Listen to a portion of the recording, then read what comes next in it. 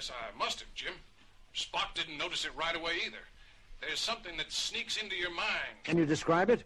Some influence overpowers your emotions and thoughts. The sole urge is to strike out and run in blind panic. That's it. Panic. How about the source? I believe there is only one logical possibility, Captain. Just a minute, Bones. What, Mr. Spock? We are being subjected to a mass telepathic projection of considerable raw power. A projection emphasizing panic and fear. There is only one entity aboard which could be expected to be experiencing such feelings. The Moavian Maouv. Bones, did you? I heard, Jim, and I wish somebody would do something about it fast. The thing's strength seems to be increasing. Our latest cases are requiring heavier and heavier sedation. Do the best you can, Bones. I'll get back to you. Suggestions, Mr. Spock?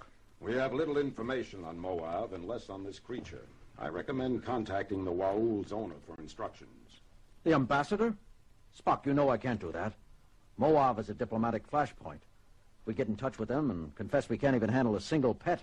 What are they going to think of our capabilities? More than they will if we never arrive. What do you mean, Spock? I can feel it again, Captain.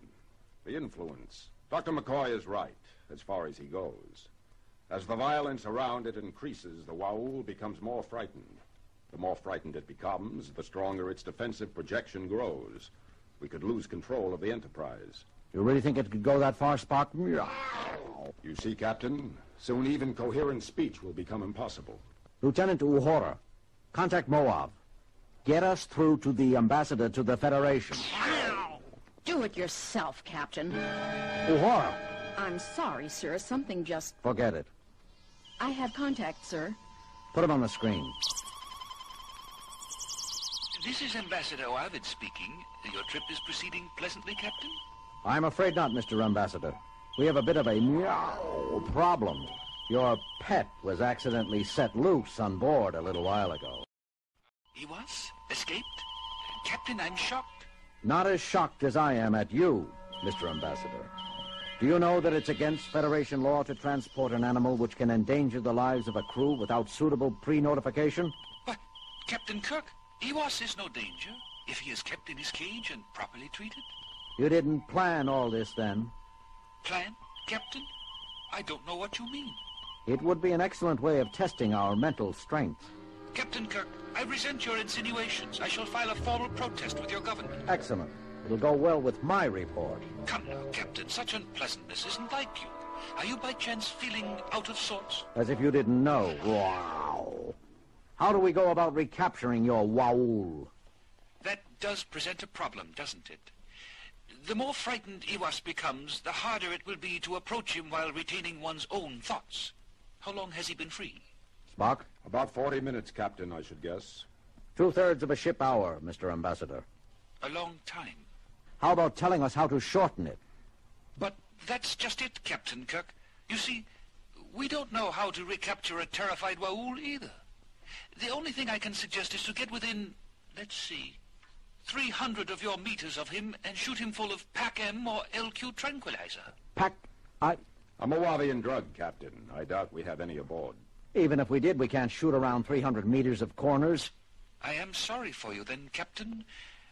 You must let me know if you come up with a solution. And now you must excuse me. I have an important appointment with the Minister for Foreign Affairs. Wait a minute, you can't just... Transmission terminated, sir. I'm attempting to reestablish, but they don't acknowledge. Keep trying. Mr. Spock? I see no choice but to make another attempt with the nets. All right. Good luck. Meow. Oh. Who needs it? Sorry, Captain. The influence. I know, Mr. Spock.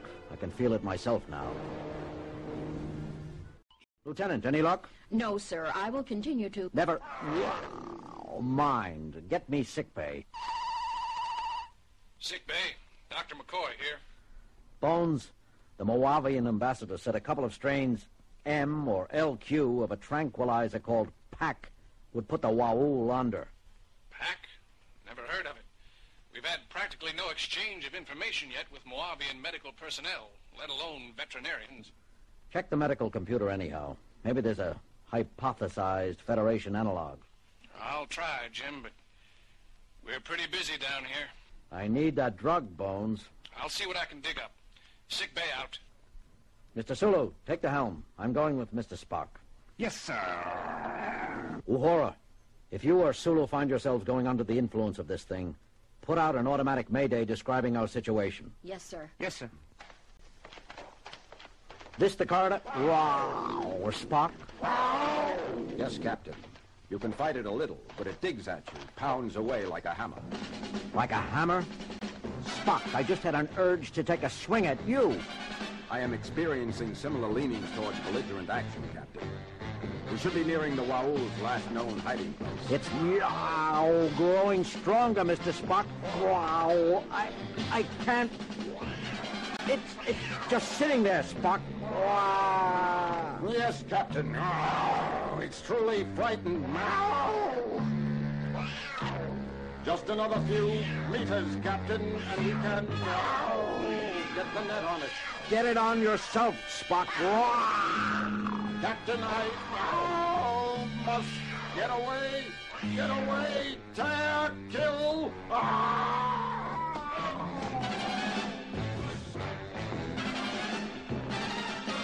Captain, Mr. Spock, what's going on here? Telepathic screen. I heard. It's the animal there, isn't it? The Waul. Here, kitty, kitty, kitty. Nice, kitty, kitty. Lieutenant Moress, be careful. Dangerous. Nonsense. Nice, kitty. Armalurvau.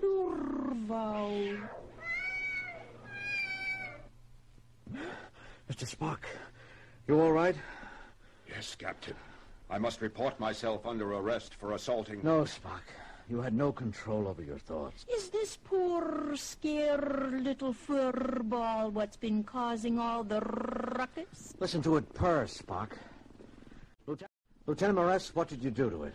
Do? Why, nothing, Captain. It was frightened out of its mind, that's all. I was off duty asleep until the noise of fighting in the corridor outside disturbed me.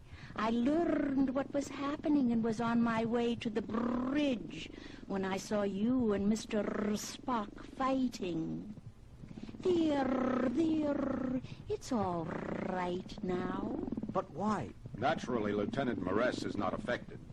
She is of feline ancestry herself and clearly able to empathize with primitive feline thoughts. The Waul detected assurance in a kindred spirit and at once relaxed. Lieutenant, you're hereby relieved of communications duties until we arrive at Maouv and deliver this pet to Ambassador Oavid. Till then, your sole responsibility will be to see to the care and feeding of Iwas here.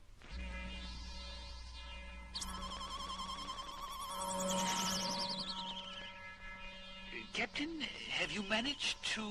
Iwas is safe and content, Mr. Ambassador. Lieutenant Moress, one of our communications officers, is a Cation. She was able to calm it instantly. Excellent news, Captain. Having a crew comprised of many races is a definite advantage. It speaks well of your Federation. I'm looking forward to meeting you on your arrival. Please be exceptionally gentle with Iwas in the next time periods, though. We'll be as gentle as we can, of course, and... Why the sudden concern? You mean you didn't know, Captain? An oversight on the part of the crew which delivered her to you. Her? I thought you said him. An oversight on my part. Iwas is pregnant. She'll have kittens in a few days, I suspect. You can expect to have between 6 and 10 additional little Wauls before you arrive here at Maouv. Carry on, Captain.